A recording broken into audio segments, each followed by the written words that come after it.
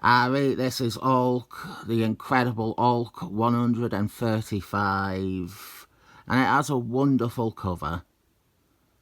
We are going to spend the rest of the video trying to avoid pointing out how crappy this issue actually is.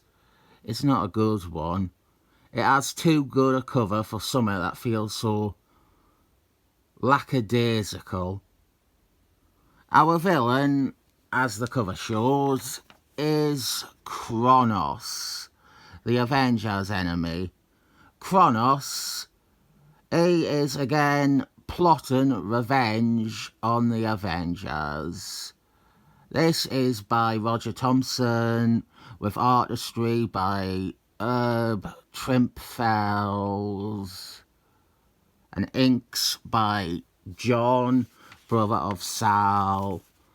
Kronos has devised a plan to alter history so that his enemies, the Avengers, never exist. He is going to change the course of a battle in the First World War so that David Banner is never born, and therefore David Banner never becomes Hulk, and therefore the Avengers never join together, and therefore nobody would be there to defeat Kronos in his attempt to conquer the 20th century. I actually think this is one of the better things about the issue. The simpler use of Kronos. He can't go back in time himself because of plot contrivance reasons. And we have a horrific editor's note from Roger Thompson here, followed by a page of alternating scenes. This drove me mad. But Kronos is going to send Hulk back in time to the First War to change history. There is a lot of lameness to this issue, including parts of our villain's plan. But I do want to take a moment to praise something, and that is, as just mentioned, the use of Kronos. This is a comic that uses Kronos as a villain and a plot device, and that is incredibly preferable to what the character will become, which is a long series of stories by different writers who are all trying to retcon his history or explain his history or introduce new history, and that is all almost anyone does with Kronos from the 80s onwards. I like this period where he was a supervillain who would maybe have a feud with another time-travelling villain, or who would travel back in time and take control of a town in the Yard West. It's not the only one-off Hulk issue that features Kronos as an overarching villain either. Kronos should be one of the easiest villains to write stories for. He has the entire timeline as his weapon, but it's always about retconning or explaining his history. At least sending Hulk back to World War I, that's a bit fun. This isn't a good issue though. The best thing is actually Herb Trimpe's art. Take for example the last panel on this page, or the next page, which has Hulk falling through the time stream. I've never had much in the way of appreciation for Herb Trimpe. I've not read much of his Hulk, and I have more experience of him as a fill-in artist, or worse, his 90s artwork. So Hulk is back in the Great War. I did want to say something else, which is that Hulk still excites me. Hulk comics still excite me. I don't know Hulk comics as well as I know others. I don't know what happened in the issue before this. I don't know what the next issue is. There is still a possibility that there is a Hulk issue I don't know about that is amazing. And I want to keep it that way.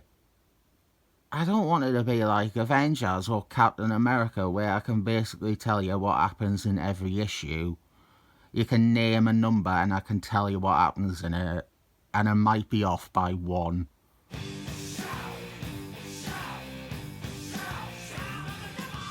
Look everybody, it's Raging 15-year-old. The 15-year-old who rages. What you got for us today, Mr. 15-year-old? The Hulk is the walkest comic.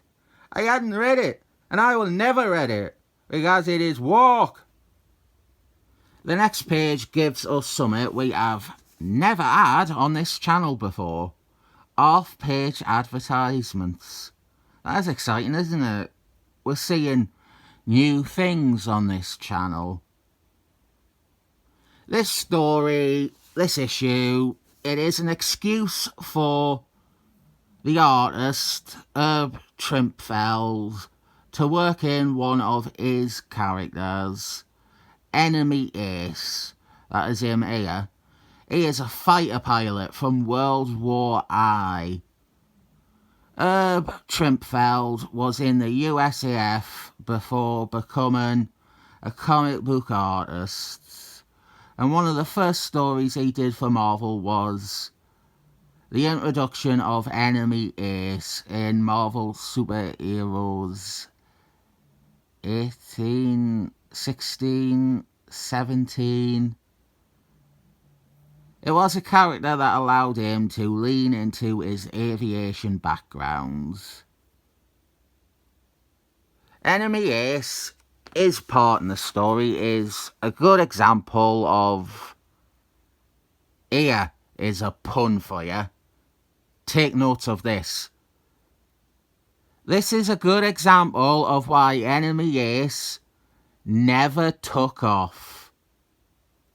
The problem is he is so disconnected and so specifically anchored with him being in the First War. There is only two ways to implement him into a Marvel story. What we are seeing here, time travel, or what we see in his next and pretty much final appearance, he is a ghost. Ghost Driver 12. That also works for discussion because Ghost Driver, his early comics, had a problem also shared by Enemy Ace. Ghost Driver famously has his motor bicycle. That is one of his main things. So they would always have to find some excuse to have Ghost Driver use his motor bicycle to race someone. So if you overcame the trouble of Enemy Ace being stuck over 100 years in the past, his only skill, or worth, is a plane. You cannot have that much use for him in a wide berth of stories. It's a shame because I do like diversity of characters and ideas. And I think Enemy Ace could work, but what we've got of him, which includes a story like this, which completely does not accomplish anything in terms of selling Enemy Ace to a reader. What we got of Enemy Ace is pretty much a fitting explanation for why Enemy Ace didn't succeed. At least we get to have a mature, grown-up version by petulant edgelord schoolboy Gareth Ellis, eh? That is one thing you could do with Enemy Ace. You could have him as a feature in war comics, but war comics were falling out of vogue, and Enemy Ace is probably a bit too superhero-y for readers of war comics. In the end, there isn't much story here. Hulk, he doesn't change the past. He only brings about the very events that Kronos was hoping that he would change. Little paradox, I suppose. The ending, what happens with Kronos at the end, is almost indecipherable. He gets sucked off into the time stream somehow, for some reason. It doesn't matter anyway. Kurt Busey retcons that this isn't the real Kronos. It is a bumbling alternative reality version of Kronos. And most Kronos appearances were never Kronos anyway. It was always a bumbling alternative reality version that the real Kronos is embarrassed by. This is a rough one to review. It's really no good, but it's not gratingly bad. It's a misfire. It is an undercooked thing. Maybe one day someone will come along and want to retell this story, and they will give it the life that it was missing the first time around. I don't think the ideas or individual pieces are what is broken here. It's that it doesn't really do much of anything. There's so many ways you could take this story. You could focus on Hulk in the war, which seems the obvious thing to do. You could focus on Hulk being seen as a monster and targeted by the army, no matter what time he goes to. You could focus on Enemy Ace if you wanted. You could come up with a set piece that actually has Hulk and Enemy Ace either work together or at least come into proper contact with each other. You could focus on the paradox. There's so much you could do here, and it doesn't do any of it. I rate it 1917 thumbs up.